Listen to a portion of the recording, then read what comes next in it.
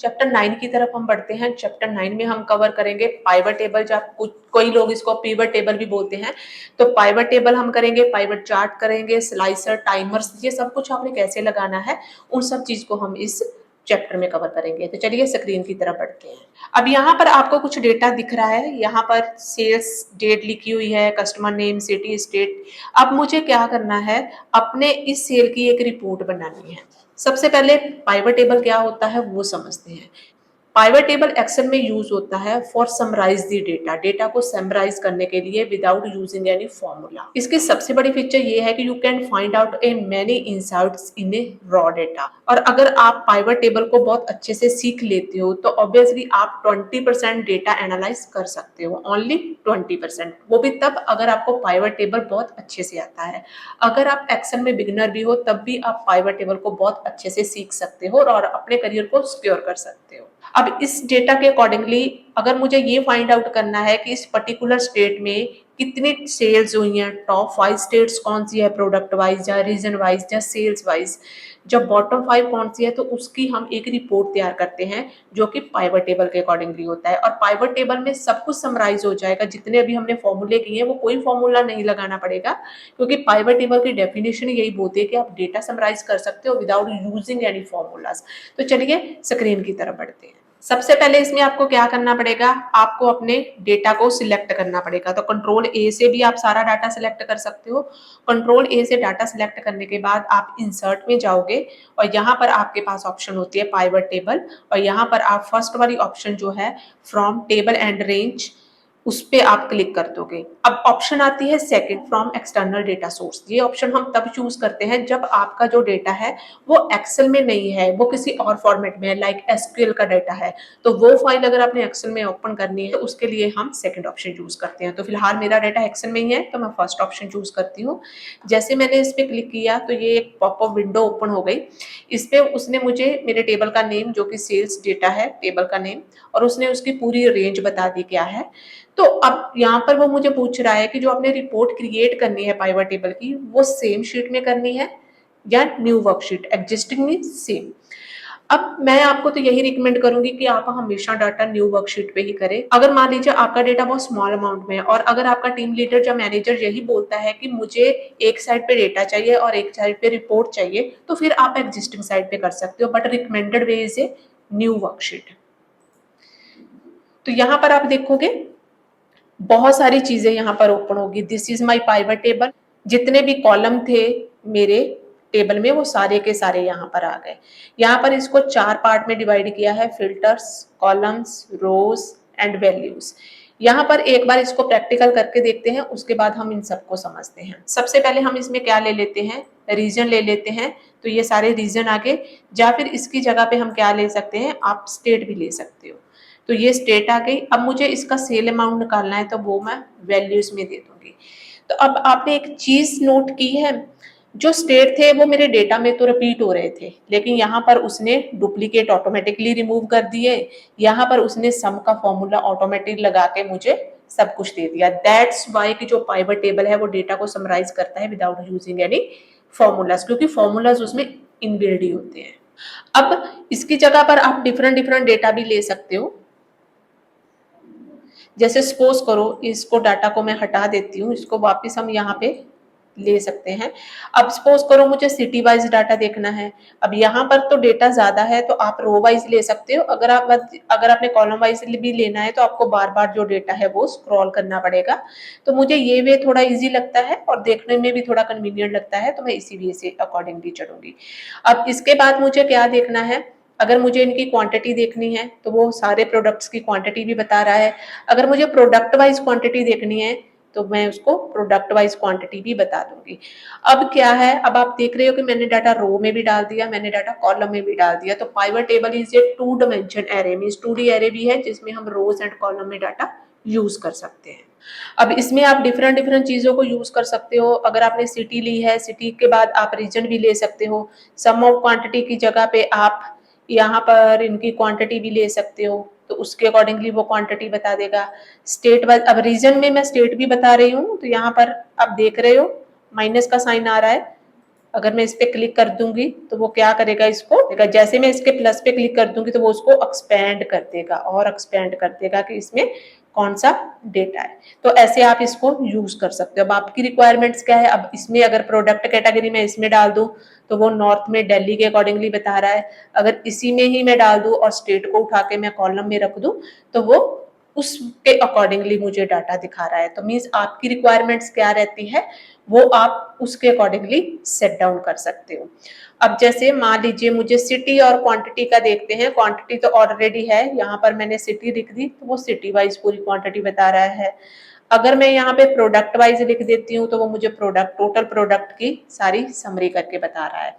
तो यहाँ तक तो आई थिंक आपको समझ आ गया होगा क्या है।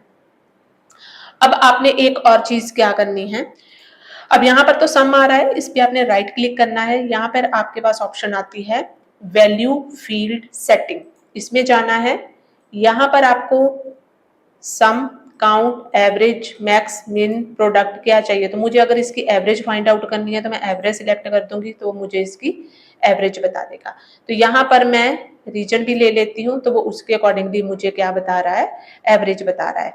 अब सेम चीज को मैं क्या करूंगी, एवरेज था, एवरेज पे राइट क्लिक करेंगे तो यहाँ पर अगर आपको काउंट करना है, सम करना है, मैं वापस सम कर देती हूँ तो उसके अकॉर्डिंगली वो sum is sum, if, average, सब फॉर्मूलेस आपके इसी में ही इनबिल्ड है। अब इसमें हम क्या कर देते हैं, इसमें मैं स्टेट ले लेती हूँ, ये मेरा स्टेट है, यहाँ पर मैं रीजन है और नीचे मैंने क्या दिया हुआ है, क्वांटिटी दी हुई है। अब इस पे अगर मुझे एनालाइज करना है इस पे डाटा को, अब इसमें हम क्या करते हैं, फिल्टर्स लगा के देख। अब आप देखो कि मैंने बाहर क्लिक किया, जो यहाँ पर वो कॉलम फील्ड्स आ रहे थे वो चले गए, तब वापस इस पे क्लिक करोगे तो वो चीज वापस आ जाएगी। अब मैं क्या करती हूँ, प्रोडक्ट कैटेगरी को फिल्टर पे लगा देती हूँ। फिल्टर हमने ऑलरेडी किया था, रॉ डाटा में से किसी पर्टिकुलर डेटा को फाइंड आउट करना, that is the work of your filter.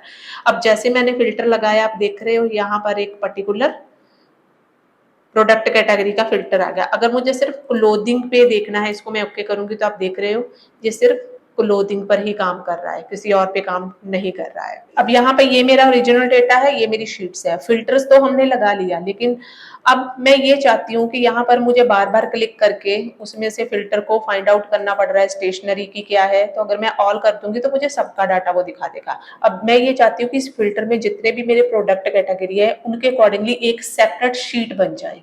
तो वो कैसे बनेगी वो देखते हैं। इसके लिए आपने क्या करना है, जो आपका कर्सर है वो पाइवट टेबल के किसी भी सेल में होना चाहिए, मैं कहीं भी रख देती हूँ।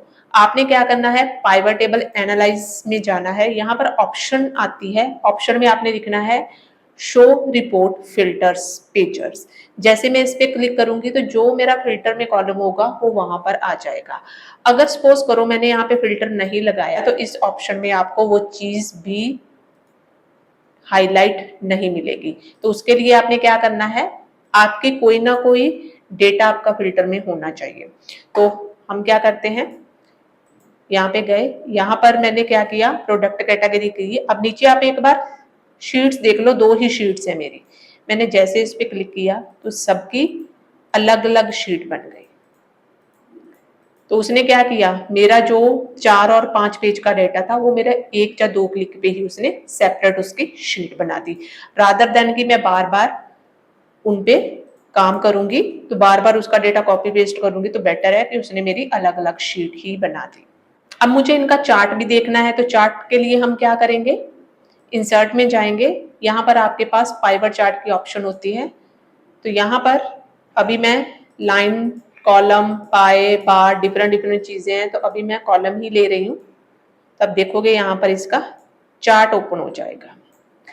अब इसको अगर आपने चेंज करना है तो हम क्या कर सकते हैं, यहाँ पर डिजाइन में जाएंगे, डिजाइन में जाके इसकी चेंज चार्ट टाइप। अब इसको अगर मुझे पाई में कन्वर्ट करना है तो आप इसको पाई में भी कन्वर्ट कर सकते हो।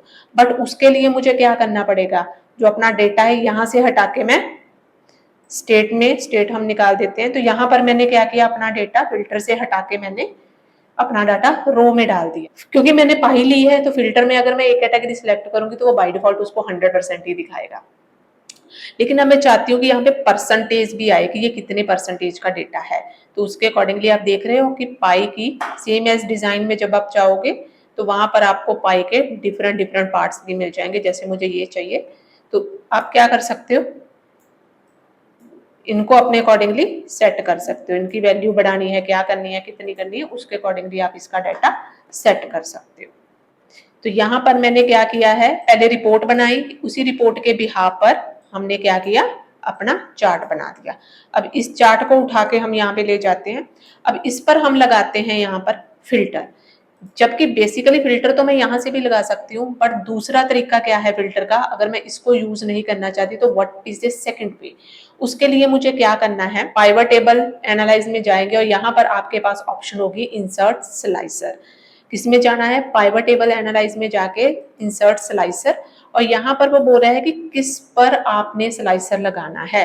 तो मैं यहाँ पे रीजन पे लगा देती हूँ, ओके करूंगी तो यहाँ पर आप देखो ये चीज आ जाएगी आपके पास। अब मैं जिसका भी डाटा देख रही हूँ, आप देख रहे हो, उसके अकॉर्डिंगली आपका डाटा दिख रहा है कि किसका कितना डाटा है। इसकी एक बार टाइप हम चेंज कर देते हैं ताकि मुझे थोड़ा सा और क्लियर दिखे डाटा। यहाँ पर अगर आपने कैटेगरी भी लिखनी है तो आप कैटेगरी भी डिफाइन कर सकते हो। तो ये वाला डाटा ले लेते हैं। अब यहाँ पर अगर मैं कुछ भी चेंज करती हूँ तो मेरा डाटा आप देख रहे हो उसके अकॉर्डिंगली चेंज हो रहा है डाटा। अब यहाँ पर क्या हो रहा है, डेटा तो बहुत ज्यादा आ रहा है, यहाँ पर आप इसको थोड़ा सा सेटअप कर सकते हो, लेकिन मैं चाहती हूँ कि ये एक रो में आए। तो उसके लिए आपने क्या करना है, इसको सिलेक्ट करना है, स्लाइसर में जाना है, यहाँ पर आपके पास कॉलम की ऑप्शन है, तो यहाँ पर आप 2 3 कितने कॉलम बनाने, तो आपके पास स्पेस और कम हो जाएगी। आप उसके अकॉर्डिंगली अपना स्लाइसर या फिल्टर दोनों ही यूज कर सकते हो। अब नेक्स्ट मुझे क्या बनानी है, इसकी टाइमलाइन बनानी है। टाइमलाइन बनाने के लिए मैं क्या करती हूँ, इसका एक बार दोबारा से पाइवट टेबल क्रिएट कर लेती हूँ। तो मैं क्या करूंगी, ये सिलेक्ट है, इंसर्ट में जाएंगे, इसका एक पाइवट टेबल मैं क्रिएट कर लेती हूँ। पाइवट टेबल में मुझे अब क्या करना है, रो वाइज में मैं डेट सिलेक्ट कर लेती हूँ और वैल्यू में मैं क्वांटिटी। अब आप देख रहे हो जो मेरा डे सेल डेट है उसमें मंथ, डेट और सेल ऑटोमेटिकली मेरा डाटा रिफाइंड होके आ रहा है। अब इस पे अगर मुझे टाइमलाइन लगानी है तो मैं कैसे लगाऊंगी, इसके लिए सेम एज आपने क्या करना है, इसको सिलेक्ट करना है, सेम आपने पाइवट टेबल एनालाइज में जाके यहाँ पे इंसर्ट टाइमलाइन की ऑप्शन है, इसको आप क्लिक कर दोगे तो यहाँ पर जो भी डेटा आपका रो में होगा उसको आपने सिलेक्ट करके ओके करना है। तो यहाँ पर आप देख रहे हो आपके पास एक टाइमलाइन बन के आ जाएगी। जनवरी, हम 2023 का डाटा देखते हैं, क्लिक करते हैं। अब ये सिर्फ फेब का डाटा दिखा रहा है, तो इसके अकॉर्डिंगली आप अपनी रिक्वायरमेंट के अकॉर्डिंगली कोई भी डाटा है। तो ये मंथ वाइज डेटा है। अगर आपने क्वार्टर वाइज देखना है, क्वार्टर 1, अभी क्वार्टर 1 की ही वैल्यू है इसमें। डेज वाइज देखना है, कौन से डे पे क्या डेटा है वो भी आप देख सकते हो। यहाँ पर आप मंथ वाइज भी डेटा देख सकते हो, कौन से मंथ पे क्या डेटा है। अगर आपको 2-3 मंथ का देखना है तो यहाँ पर आप 2-3 मंथ ड्रैग करके सिलेक्ट कर दो तो वो आपको 2-3 मंथ का डाटा इकट्ठा दिखा देगा। इसको अगर मैं सिलेक्ट करके डिलीट कर दूंगी तो वो मेरा डाटा डिलीट हो जाएगा। यहाँ पर हम प्रोडक्ट भी ले लेते हैं यहाँ पर, तो ये डाटा आ गया मेरा। अब इसमें मुझे क्या करना है, टॉप 5 का देखना है। तो टॉप 5 मुझे किस चीज का देखना है, स्टेट का देखते हैं टॉप 5। तो यहाँ पर मैं क्या कर देती हूँ, डेट फंक्शन को हटा देती हूँ, मुझे डेट नहीं चाहिए, तो यहाँ पर मैं स्टेट ले लेती हूँ। तो यहाँ पर मेरा डेटा आ गया स्टेट। तो यहाँ पर आप रीजन वाइज डेटा भी ले सकते हो, तो रीजन को आप नीचे भी कर सकते हो, दैट इज डिपेंड। अब मुझे इसमें टॉप 5 का डेटा चाहिए, चाहे वो स्टेट का ले लो चाहे वो रीजन का ले लो। रीजन तो 3 ही है तो हम स्टेट वाइज ही लेते हैं, इसको मैं हटा देती हूँ। आप रो लेवल पे जाओगे, रो लेवल के बाद आपने यहाँ पर जाना है लेबल, वैल्यू फिल्टर पे जाएंगे, यहाँ पर आ रहा है आपका टॉप 10। कहाँ पे जाना है, जो आपने पाइवट टेबल बनाया है उसके रो लेवल के एरो पे क्लिक करना है, वैल्यू फिल्टर पे जाना है टॉप 10। तो यहाँ पर आपको टॉप 5 चाहिए तो आप 5 भी लिख सकते हो, तो टॉप 5 का डाटा आपको दिखा देगा। अब स्टेट तो मेरे यही है तो यहाँ पर हम सिटी कर देते हैं, स्टेट को हटा देते हैं क्योंकि सिटीज ज्यादा है। तो अब मुझे क्या करना है, यहाँ पर जाएंगे, फिल्टर वैल्यू पे जाएंगे, टॉप 10 आ रही है तो मैं इसको टॉप 5 करके एंटर करूंगी तो वो मुझे टॉप 5 का दिखा देगा। अगर मुझे यहाँ पर बॉटम 5 का देखना है तो आप बॉटम 5 का भी देख सकते हो।